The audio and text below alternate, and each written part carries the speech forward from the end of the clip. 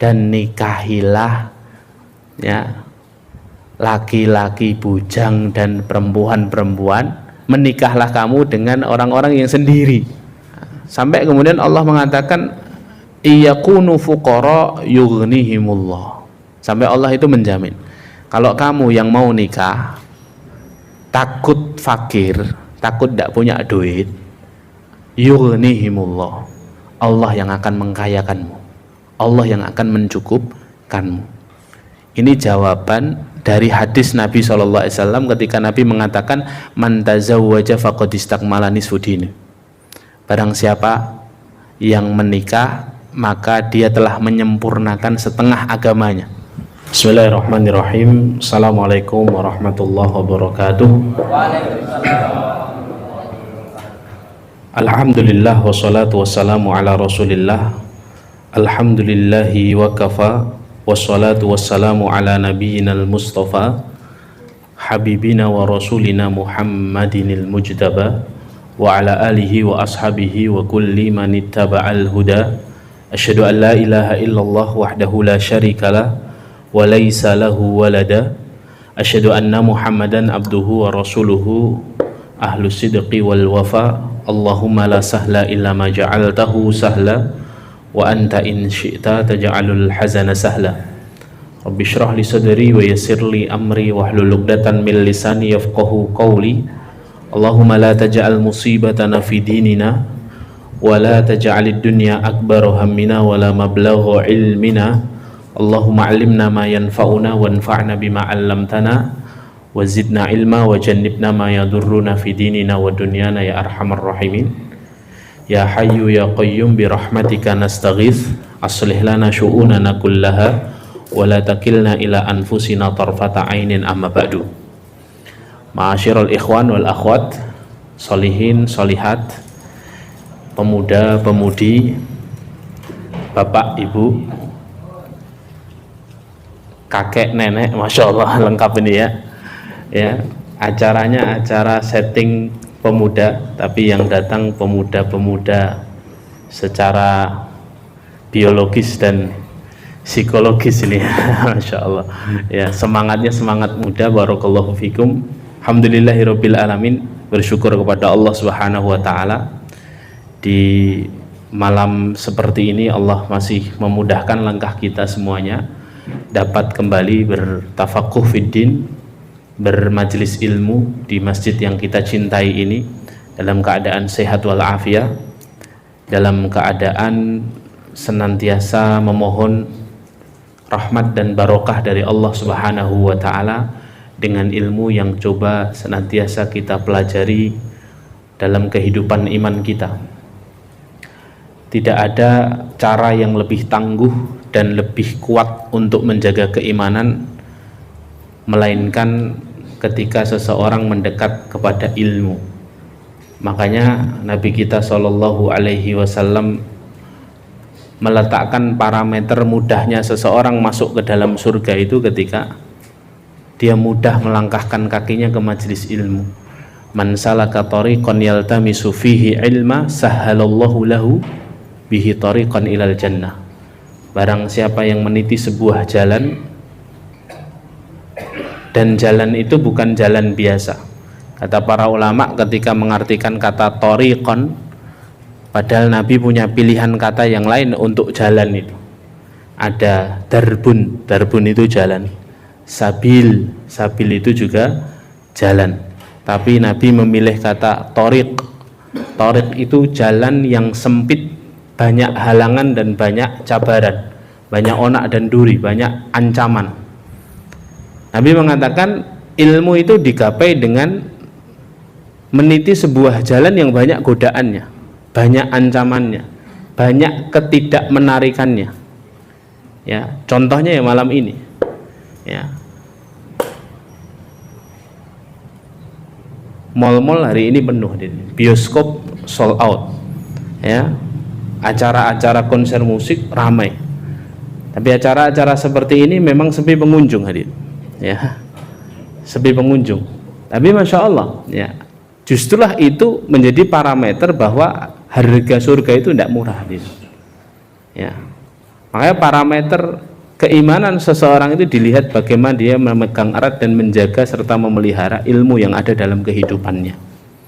Ilmulah yang kemudian memudahkan seseorang untuk melakukan amal salih.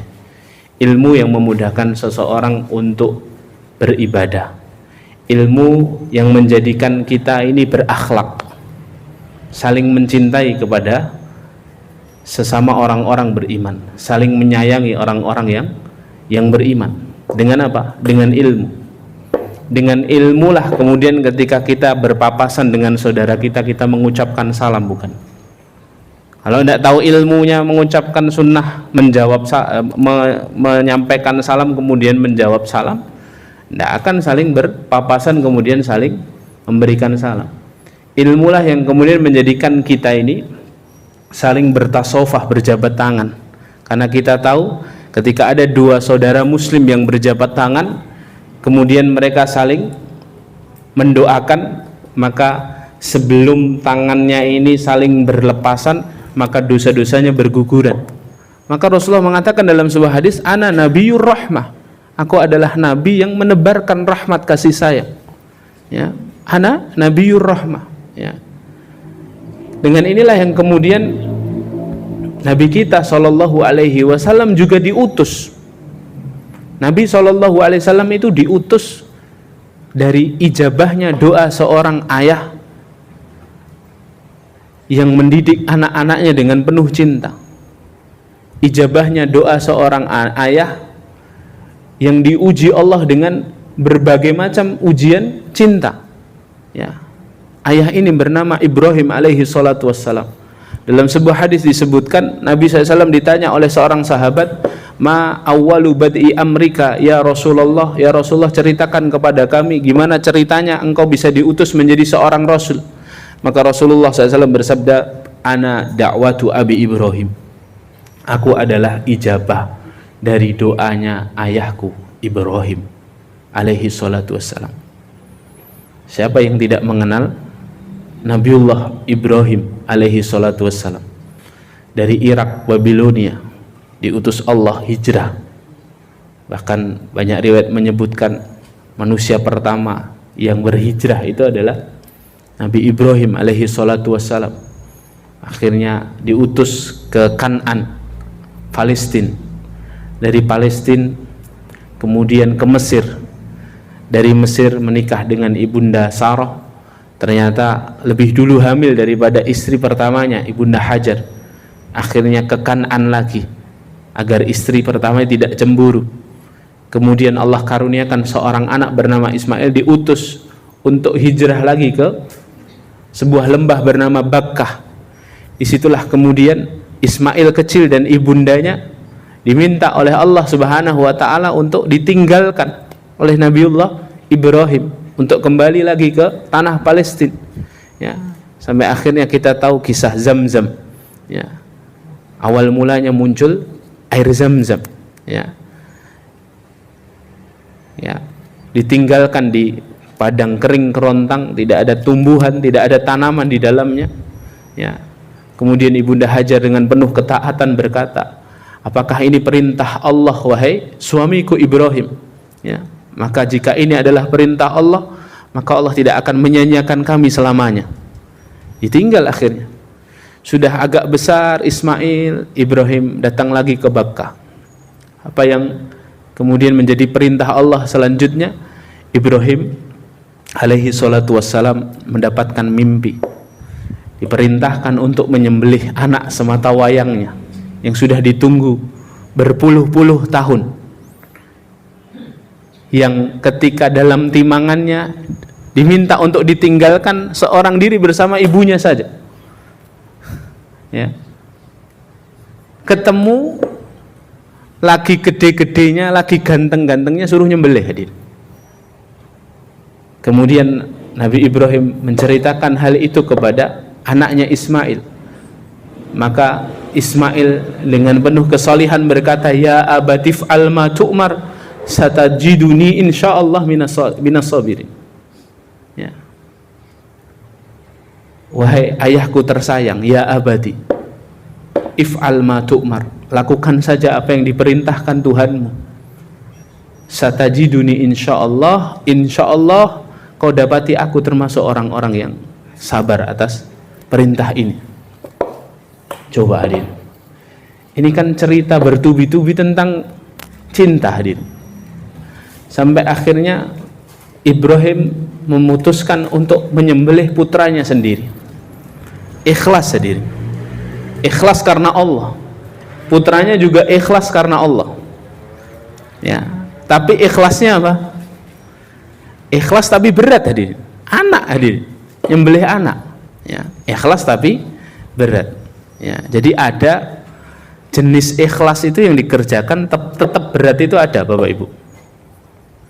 Jadi tidak semua ikhlas itu ringan. Makanya kalau ada orang bilang katanya ikhlas kok masih berat, itu ya kurang tepat. Karena ada ikhlas itu bukan soal berat atau ringan ternyata. Ikhlas itu soal amalan hati. Makanya dalam Al-Quran kan disebutkan satu ayat apa? Infiru khifafa wa thiqala. Pergilah berangkat jihad dalam keadaan ringan maupun dalam keadaan berat.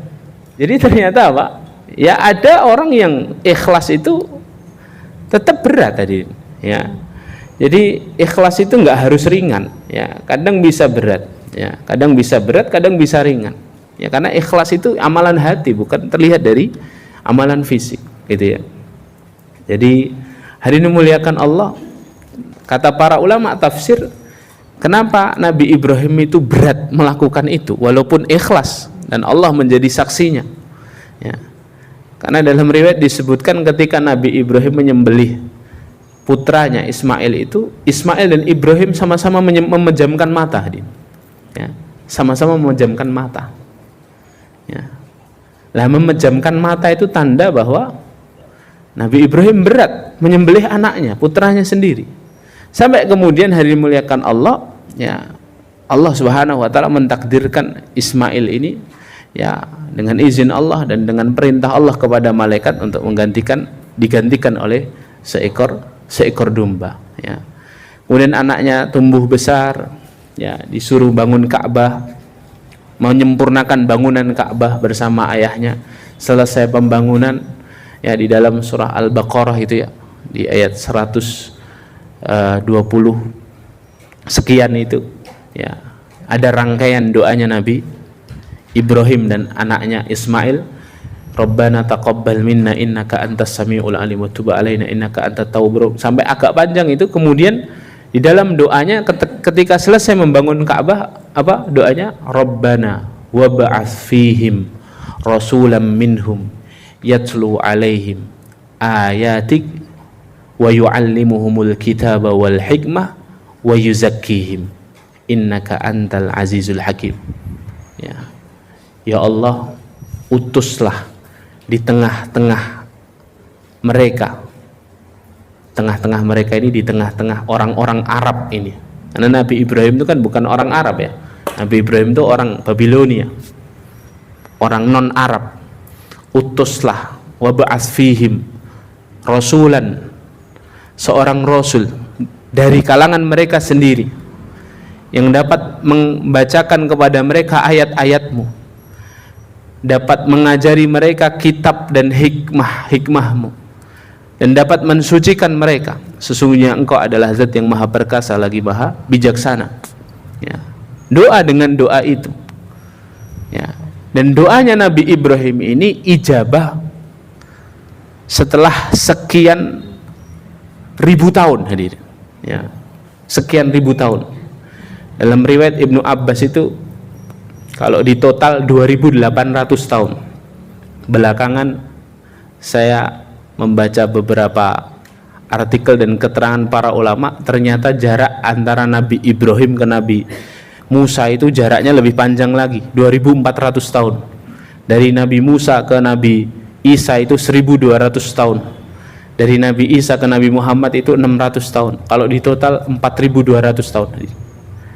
Jadi doanya Nabi Ibrahim hari ini diijabahinya 40 abad berikutnya ya. Diutuslah seorang Rasul bernama Muhammad sallallahu alaihi wasallam. Hikmahnya kata para ulama ya, hikmahnya Allah itu mengijabahi doa mengijabahi doa hamba-hambanya, mengabulkan doa hamba-hambanya itu sesuai rencananya, bukan sesuai rencana hambanya. Tepat pada waktunya, bukan cepat-cepat di waktunya, tapi tepat pada waktunya. Ya.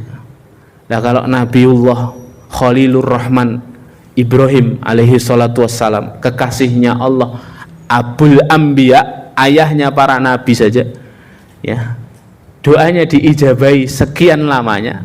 Kita ini bukan kekasih Allah, kita ini bukan ayahnya para nabi, doanya baru paginya, sore harinya sudah minta diijabahi. Ya. Ya, ini Masya Allah, ya. Jadi salah satu jawaban mengapa Nabi SAW diutus itu ya karena doanya seorang yang penuh cinta, penuh ujian cinta. Makanya yang diutus adalah Nabiur Rahmah, Nabi Muhammad SAW. Ya. Jadi kita ini kalau doa jangan banyak menuntut Allah, jangan banyak hitung-hitungan. Doanya baru kemarin sore minta diijabahi paginya, ya. Sudah, yang penting berdoa saja. Doa sendiri itu adalah rizki. Alhamdulillah kita masih diberi kesempatan Allah untuk berdoa, karena doa itu berarti hubungan mesra antara seorang hamba kepada Rabbnya. Allah masih izinkan kita berhubungan dengan Allah Subhanahu wa ta'ala, ya. Betapa banyak kenikmatan yang kita rasakan di dunia ini yang diberikan Allah tanpa kita minta, bukan? Ya. Yang enggak kita minta saja dikasih cuma-cuma sama Allah. Apalagi yang kita minta gitu. Insya Allah dikasih. Hanya waktunya kapan itu yang tahu, paling baik waktunya itu Allah Subhanahu wa ta'ala. Dan hikmah yang lain hadirin dari diutusnya Nabi SAW, dari doanya Nabi Ibrahim ini apa? Nabi Ibrahim itu minta agar Allah mengutus seorang nabi untuk orang-orang Mekah saja. Wa ba'ats fihim rasulan. Ya Allah, utuslah untuk daerah Bakkah ini, daerah Mekah ini seorang rasul. Tapi ketika pengijabahannya, ternyata Nabi kita SAW diutus bukan untuk orang Mekah saja, tapi apa? Masya Allah. Wa ma arsalnaka illa rahmatan lil alamin. Untuk rahmatan lil alamin, ternyata untuk seluruh jagat raya, seluruh alam semesta. Surah Al-Anbiya ayat 107, ya. Ya, tidaklah kami mengutusmu wahai Muhammad kecuali sebagai rahmat untuk seluruh alam, ya. Jadi kita punya rencana, Allah punya rencana, tapi rencananya Allah itu pasti yang terbaik. Kadang kita minta A tapi dikabulkan Allah B. Allah menghancurkan rencana kita karena Allah tidak ingin rencana kita menghancurkan kita. Makanya Allah punya pengijabahan sendiri, ya. Allah punya cara pengijabahan sendiri. Rencana Allah itu yang terbaik, ya. Maka untuk para pemuda, bagian dari rencana Allah itu apa? Jodoh, hadirin. Ya, artinya ini kajiannya tentang halalkan atau tinggalkan, Pak. Syawal ini kan waktunya nikah ini, ya. Sunnahnya nikah, ya. Sama hadirin. Dalam urusan jodoh itu di tangannya Allah Subhanahu wa ta'ala, ya. Dan kadang-kadang juga tidak pakai logika di jodoh itu. Saya punya teman orang Magetan, teman sak pondok, di pondok bareng, kuliah di Libya bareng, ya, tidur bareng, satu kontrakan bareng, makan satu piring. Orang Magetan, Pak, jodohnya Medan, Pak, ya.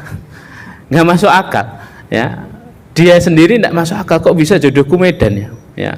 Dia sendiri membayangkan kalau mudik harus habis sekian puluh juta untuk bawa anak dan istrinya ke Medan, kemudian balik ke Magetan itu. Dia sendiri geleng-geleng, tapi ya ternyata jadi gitu, ya. Orang jodohnya macam-macam, ya. Ya, kadang-kadang jodohnya itu ya tiba-tiba ada akhwat lewat gitu, ya, Masya Allah, jilbabnya besar, ya. Kemudian jilbabnya membuat kita terpana gitu ya. Kemudian ya Allah, apakah ini jodohku gitu ya. Baru batin gitu. Ya, ternyata bukan jodoh kita gitu ya. Jodohnya ya selain itu gitu ya. Jodoh teman kita malah gitu ya. Jadi nggak pakai rumus juga jodoh itu hadir. Ya. Nggak pakai logika hadir. Ya. Makanya hari ini muliakan Allah, kita harus mengimani dengan penuh keyakinan bahwa rencana-rencana Allah itu memang di tangan Allah Subhanahu wa taala, termasuk urusan pasangan dan jodoh ini ya. Ya, tapi yang harus kita, ranah kita itu hanya ranah ikhtiar ada ya. Kita harus meyakini bahwa jodoh itu di tangan Allah, tapi ikhtiar itu tetap harus dilakukan ya. Nah, kalau kita tahu bahwa ternyata problematika orang barat hari ini adalah krisis populasi generasi mudanya habis hadirin, krisis kependudukan ya, maka ini sejalan dengan visi kita untuk memenangkan Islam, mengembalikan izzah Islam ya. Makanya semakin banyak orang solih, semakin cepat kejayaan Islam hadirin ya. Lah biar orang solehnya banyak, gimana caranya hadirin? Yang sudah wayai nikah ya nikah hadirin ya. Anda yang sudah wayahnya nikah, menunda-nunda nikah, menunda pernikahan itu sama dengan menunda-nunda kejayaan Islam hadirin. Dosa jariah nggak itu kira-kira? Oh iya hadirin, dah wayah yuk, gimana ya? Makanya Syekh Hasan Al-Banna rahimahullahu ta'ala itu mengatakan kebangkitan Islam ini dimulai dari satu, islahun nafas, memperbaiki diri sendiri dulu. Sebelum memperbaiki yang lain-lain, perbaiki diri sendiri, mensolehkan diri dulu. Makanya sudah pas kita ini punya acara rutin di Nur Mirah ngaji, itu dalam rangka perbaikan diri ya, mengoreksi mana yang belum ya saya dikoreksi, berubah, berusaha minta nasihat orang-orang alim, orang-orang soleh ya, berteman dengan komunitas yang baik, teman-teman yang soleh, itu dalam rangka islahun nafas, memperbaiki diri. Itu usaha kita untuk kebangkitan Islam. Kemudian yang kedua adalah takwinu baitil muslim ya, membangun rumah tangga Islami hadirin.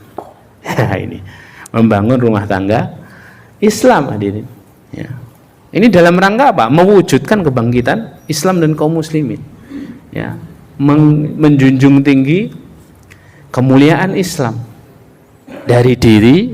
Kemudian yang kedua keluarga harus Islami hadir ya. Makanya hadis Rasulullah kan jelas hadir, untuk menghilangkan banyak kemungkaran diri itu caranya menikah kan ya.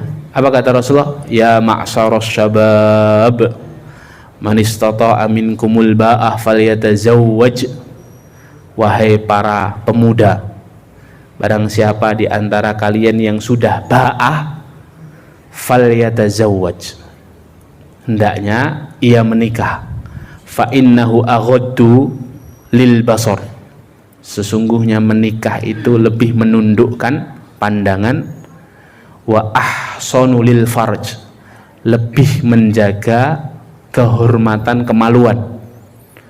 Wa man lam yastati' fa alaihi bisawm, barang siapa yang belum mampu hendaknya dia berpuasa. Fa innahu lahu wija, dengan puasa itu dia mendapatkan pengamanan, mendapatkan benteng dari perbuatan mungkar. Tapi perintahnya apa?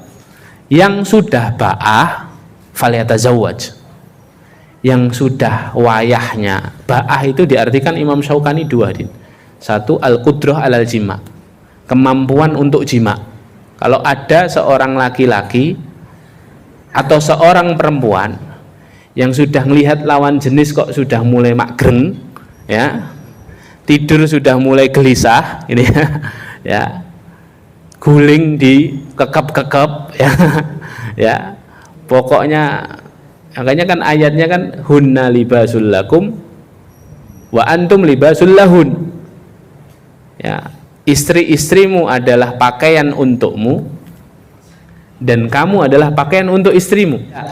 pasangan itu ternyata diibaratkan Al-Quran seperti apa? Libas, pakaian, gitu ya. Falyatazawwad. Ba'ah itu artinya al-qudrah alal jima, kemampuan untuk jima.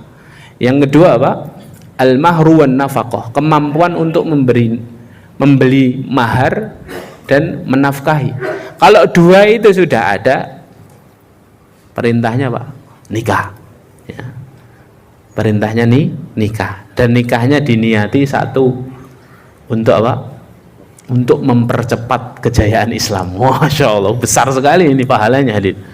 Jadi nikahnya itu bukan hanya untuk menghindari zina, untuk menundukkan, ya itu tujuan nikah hadir, untuk memperbanyak keturunan umatnya Nabi Muhammad. Iya, cuman yang paling penting itu niat pertamanya Pak, mempercepat kejayaan Islam. Masya Allah, ketemu calon mertua, oh boleh kamu mau datang ke sini, saya ingin mempercepat kejayaan Islam Pak, gitu ya, langsung diterima itu Pak ya. Masya Allah. Masya Allah ya, itu kan falyatazawwaj ya. Jadi ba'ah itu fa innahu aghaddu lil basar, karena menikah itu lebih bisa menjadikan seseorang menundukkan pandangannya ya. Soal urusan menundukkan pandangan Allah sudah sebutkan dalam Al-Quran ya, dalam rangkaian surah An-Nur itu ayat 30, 31, 32, 33. An-Nur 30 itu membahas tentang perintah laki-laki harus menundukkan pandangan. An-Nur 31 bahas tentang perintah untuk perempuan, dengan perintah yang sama ditambah lagi apa? Perintah agar seorang wanita itu menjaga diri dengan menutup auratnya. Ya. An-Nur 32 perintahnya apa? Wa ankihul ayyama minkum wassalihina min ibadikum wa imaikum. Dan nikahilah ya laki-laki bujang dan perempuan-perempuan, menikahlah kamu dengan orang-orang yang sendiri. Ya, jadi perintah ghodul basor, menundukkan pandangan itu dikaitkan Allah dengan perintah menikah. Artinya apa? Kalau orang itu sudah pingin nikah, itu harus ya bisa menundukkan pandangan ya. Karena seringkali zina kemaluan itu pemantik utamanya adalah zina mata ya, zina mata. Dan ini bukan hanya untuk orang-orang yang belum menikah, ini juga untuk orang-orang yang sudah menikah ya. Orang yang sudah menikah tetap harus menjaga pandangannya, karena apa? Urusannya itu nanti pada dosa kemaluan ya. Makanya hari ini dimuliakan Allah ya, sampai kemudian Allah mengatakan iyakunu fuqara yughnihimullah, sampai Allah itu menjamin kalau kamu yang mau nikah takut fakir, takut tidak punya duit, yughnihimullah, Allah yang akan mengkayakanmu, Allah yang akan mencukupkanmu. Ini jawaban dari hadis Nabi SAW ketika Nabi mengatakan man tazawwaja faqad istakmala nisfu dini. Barang siapa yang menikah maka dia telah menyempurnakan setengah agamanya. Falyattaqillah fi nisfil baqi, dan bertakwalah kepada Allah di setengah sisanya. Kenapa kok menikah itu disebut menyempurnakan setengah agama hadirin ya? Kata para ulama, karena ya setengah itu soal akidah. Setengah pertamanya ini soal keyakinan kuat bahwa Allah berjanji orang yang menikah itu akan dijamin sama Allah. Nah, kalau berani nikah dengan keyakinan itu, dia menyempurnakan setengah agamanya. Setengah lainnya apa? Dia isi ketaatan-ketaatan bersama istrinya. Masya Allah ya. Kemudian Rasulullah lanjutkan hadisnya apa? Faman lam yastati, kalau tidak mampu ba'ah, kemampuan jimaknya sudah ada, dia sudah paham ilmunya, tapi kok beli mahar atau ya belum ada ya. Nyari-nyari Quran wakaf belum ketemu gitu ya. Ya, maharnya apa? Quran wakaf gitu ya. Ya. Beli seperangkat alat sholat juga masih nabung misalnya begitu ya. Malam yastati, kalau belum bisa nikah ya, kata Rasulullah SAW apa? Fa'alaihi bisawm, hendaknya dia berpuasa Ya. Tapi puasa ini bukan pilihan utama, ini pilihan darurat. Kalau nikah tidak bisa. Karena gimana pun puasa itu hanya bisa di siang hari, Pak. Malam hari apa ya mau puasa, gitu ya. Padahal seringkali serangan itu datang di malam hari kan. Ya. Makanya ya begitu hari dimuliakan Allah, ya. Makanya kemudian usaha kita untuk mengembalikan kejayaan Islam itu ternyata dimulai dari membangun rumah tangga yang islami, ya. Makanya kemudian hadirin dimuliakan Allah, ya, tugas kita ini hanya ikhtiar saja, ikhtiar, memantaskan diri. Kita kalau sudah memantaskan diri, nanti Allah akan pantaskan kita ketemu jodoh kita, hadirin, ya, sesuai dengan kriteria yang kita inginkan, ya. Di bumi mana dia sekarang, sudah serahkan saja kepada Allah Subhanahu wa taala. Yang penting kita memantaskan diri. Makanya para ulama itu mengatakan memantaskan diri dalam pernikahan, ba'ah dalam pernikahan itu bukan hanya ternyata urusan seksual dan urusan maliyah saja, hadir. Ya, sebagian ulama itu mengatakan ba'ah itu 5 yang harus dipersiapkan seorang pemuda ketika mau menikah, dan seorang pemudi ketika sudah saatnya menikah. Yang dipersiapkan itu 5. 1, persiapan ruhiyahnya. Persiapan ruhiyah itu apa? Dia harus terus-menerus belajar agar nanti dimudahkan Allah untuk bersyukur dan bersabar. Ruhiyah itu modalnya syukur sama sabar, adik. Ya. Dalam pernikahan itu tidak hanya syukur terus, adik. Kadang-kadang perlu sabar, gitu ya. Tidak senang terus, kadang-kadang ada sedihnya. Tidak lapang terus, kadang-kadang ada sempitnya. Tidak kaya terus. Kaya itu ya awal-awal nikah saja, masih banyak amplopnya, hadirin, ya. Masih pernikahan bersubsidi, gitu ya. Nanti kalau sudah tahun kedua, tahun ketiga, sudah hidup yang kadang-kadang tidak terlalu lapang terus, kadang-kadang sempit, gitu ya. Maka ruhiyah ini kita melatih rasa syukur dan sabar. Disinilah kita butuh ilmu, hadirin, untuk menghidupkan ruh kita ini, ya.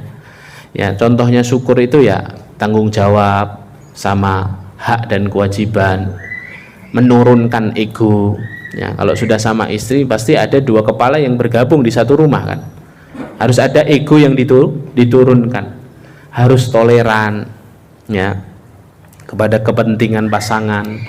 Kalau syukur itu ya harus apa? Harus husnudzon atas ketetapan Allah. Kadang-kadang ada sesuatu yang tidak enak, ya harus sama-sama husnudzon, ya, dan lain sebagainya, ya. Syukur dalam sabar dalam ujian-ujian, gitu ya. Kemudian yang kedua ilmiah, hadirin, yang harus dipersiapkan selain ruhiyah, ilmiahnya, ya. Persiapan ilmiah ini contohnya ya ilmu menjadi suami. Ini tidak ada di sekolahan, Bapak Ibu, Mas Mbak, ya. Ilmu jadi seorang istri, ya. Karena ada orang yang mau jadi kekasih tapi tidak mau menjadi suami, ya. Ada orang yang maunya melahirkan, mencetak, membuat anak saja tapi tidak mau menjadi ayah, gitu ya. Kenapa? Karena tidak belajar, nikah belum belajar nikah langsung nikah, belum sempat kadung belajar jadi suami yang baik, lahir anak pertama. Suami yang baik saja belum dipelajari, istri yang baik sudah belum dipelajari, harus belajar ibu yang baik, ayah yang baik, ya. Maka bekal ilmu ini penting, ya. Bekal ilmu jadi orang tua yang baik, ilmu komunikasi antara suami istri. Nah, ini persiapan yang kedua. Ini bentuk ikhtiar agar terbangun nanti rumah tangga yang salih-salihah. Kemudian yang ketiga adalah persiapan fisik, ya. Persiapan fisik ini penting juga, ya. Seorang pemuda dan pemudi itu sebelum melangsungkan pernikahan mempersiapkan fisiknya. Kalau perempuan coba periksa alat reproduksinya, ya. Laki-laki juga demikian. Kemudian lihat pakaiannya, ya. Dandani lagi pakaiannya, jangan sampai kemudian istrinya kaget, loh kok suamiku ternyata kemproh, gitu ya. Ya, jadi sudah mulai berbenah, gitu ya. Ya, urusan bau mulut, urusan ya bau badan dan lain sebagainya, kalau bisa diobati, gitu ya, diikhtiarkan, karena itu juga penting, ya. Karena yang agenda utama kita ini apa? Memperbanyak umatnya Nabi Muhammad dan mempercepat kejayaan Islam. Ini harus diperhatikan. Kemudian yang keempat adalah faktor ijtimaiyah, kemasyarakatan. Ini juga harus dipersiapkan. Ilmu cara bertetangga, tanya kepada orang tua kita. Kemudian visi dakwah di kampung, ini harus juga dipersiapkan. Nanti kalau saya tinggal di sebuah kampung, apa yang harus dilakukan? Visi suami istri ini apa? Untuk menebarkan dakwah di kampungnya. Kemudian positioning di rumah mertua. Ya, ini juga ada ilmunya hadirin. Ya, kalau lagi sama saudara ipar bagaimana? Kalau sama saudara kandung, gimana menempatkan diri kita kepada istri kita atau suami kita? Ya, itu ada ilmunya, ilmu ijtimaiyah namanya. Kemudian yang kelima adalah persiapan maliyah, persiapan harta. Ya, persiapan harta ini dalam konteks ini kalau untuk perempuan ya belajar tentang apa? Tata kelola keuangan. Ya, karena banyak perempuan itu ya, banyak keluarga itu akhirnya bermasalah bukan karena para istrinya tidak pandai menghasilkan uang atau menghasilkan maisha, tapi karena para istri dan para wanita muslimah ini tidak tahu keterampilan menghabiskan uang, Pak. Kalau menghasilkan uang itu sekarang gampang, Pak. Yang sulit itu apa? Keterampilan menghabiskan uang. Kadang-kadang uang habis tidak pada waktunya atau tidak pada tempatnya, gitu ya. Ya, mengatur skala prioritas, mengelola uang, ya, itu butuh persiapan dari ini. Kalau yang laki-laki, ya dia harus paham bahwa kewajibannya itu memberi nafkah. Kewajiban seorang laki-laki itu bukan bekerja, hadirin. Kewajibannya apa? Memberi nafkah. Karena pada faktanya banyak orang yang bekerja tapi tidak memberi nafkah. Gajinya banyak tapi tidak memberi nafkah kepada istrinya, gitu ya. Jadi kewajibannya itu memberi nafkah. Banyak orang yang sebaliknya bisa memberi nafkah tanpa bekerja. Nah, mungkin dia dapat warisan dari orang tuanya kos-kosan 100 pintu. Kan tinggal nggak usah bekerja, tinggal beri nafkah. Jadi pemahaman ini yang harus dipersiapkan. Intinya laki-laki itu yang penting adalah tanggung jawab dan komitmennya dalam urusan harta. Tanggung jawab kepada keluarganya, komitmennya untuk menafkahi keluarganya. Ya. Nah, ini hal-hal yang harus dipersiapkan. Hadirin muliakan Allah. Baru kemudian setelah jadi rumah tangga yang muslim, yang islami, kemudian yang ketiga adalah membangun masyarakat yang islami. Dari mana cikal bakalnya? Dari masjid tadi. Dari masjid.